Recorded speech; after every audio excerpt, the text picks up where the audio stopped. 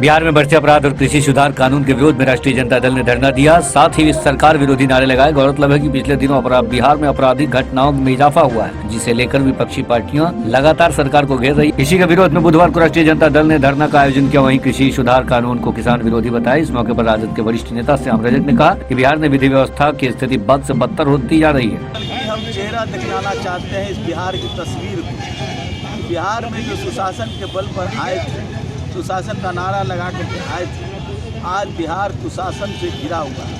आज हर व्यक्ति इतने दहशत में है कि शाम के बाद तो घर से निकलने पर वो नहीं जा पाते हैं। शाम में घर पर वो लोग इतने दहशत में हैं। और एनसीआर का रिपोर्ट इस बात को सही बता रहा है। एनसीआर राष्ट्रीय नेशनल क्राइम रिपोर्ट है, जो भारत सरकार के गृह मंत्रालय से निकलता है। हत्या के मामले में बिहार जो है दूसरे स्थान पर है। अपहरण के मामले में बिहार जो है वो तीसरे स्थान पर है। रेप के मामले में बिहार जो है वो 5वें स्थान पर है। शेड्यूल कास्ट अत्याचार के मामले में बिहार तीसरे स्थान पर है। तो सभी मामलों में बिहार जो है अव्वल है।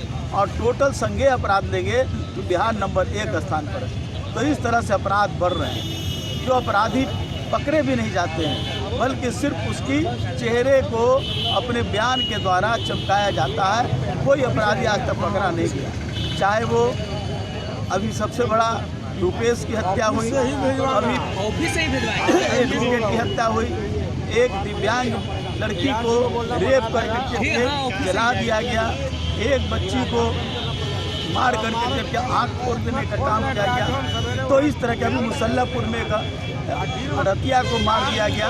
तो न व्यापारी अपनी तक सुरक्षित है, न नौजवान सुरक्षित है, न महिलाएं सुरक्षित है। इस तरह से दहशत का वातावरण बना हुआ है। इस दहशत के खिलाफ मुख्यमंत्री नीतीश कुमार को जो स्टेफनी बाबू है, स्टेफनी के बल पर चल रहे हैं, टायर फटने वाली है। इसलिए हम कहना चाहते हैं कि आप स्थिति को सुधारिए। नहीं सुधारने की स्थिति में है तो आप स्वयं फैसला ले लीजिए कि मुझको रहना चाहिए कि नहीं रहना चाहिए। इसलिए हम लोग बैठे हैं। दूसरा है कि किसान बिल भारत सरकार ने कानून में किसान बिल को पारित करा दिया गया। किसान बिल जो है वो सिर्फ किसान विरोधी नहीं है, बल्कि कंज्यूमर विरोधी भी है। आज जो 7AC एक्ट था, उस एक्ट को भी ख़त्म कर दिया गया। अब कोई आदमी, कोई बड़े व्यापारी कितना भी अनाज लेकर के अपने घरों में रख सकता है। आप देखते हैं ये पूरा इलाका चंदा का क्षेत्र है और यहाँ पर सब्जी होती है।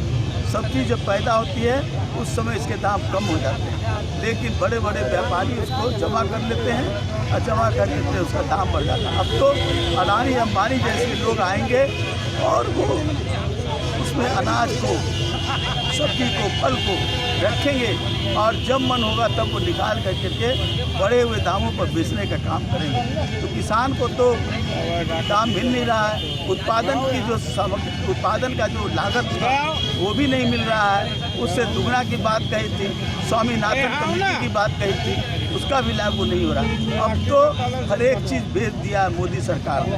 अब किसान की भूमि भी बेचने पर और उनको बंधक बनाने पर लगी हुई है। इन सारे चीज़ों के विरोध में हम लोग आज उपवास और धरना पर बैठे हुए हैं और सरकार को ये सचेत करना चाहते हैं कि बिहार की जनता भी जग चुकी है। देश भर की किसान तो बैठे हुए हैं और बिहार के भी किसान आंदोलित हो गए हैं। यहाँ के नौजवान आदमी, इसीलिए हम लोग यहाँ पर बैठे हैं।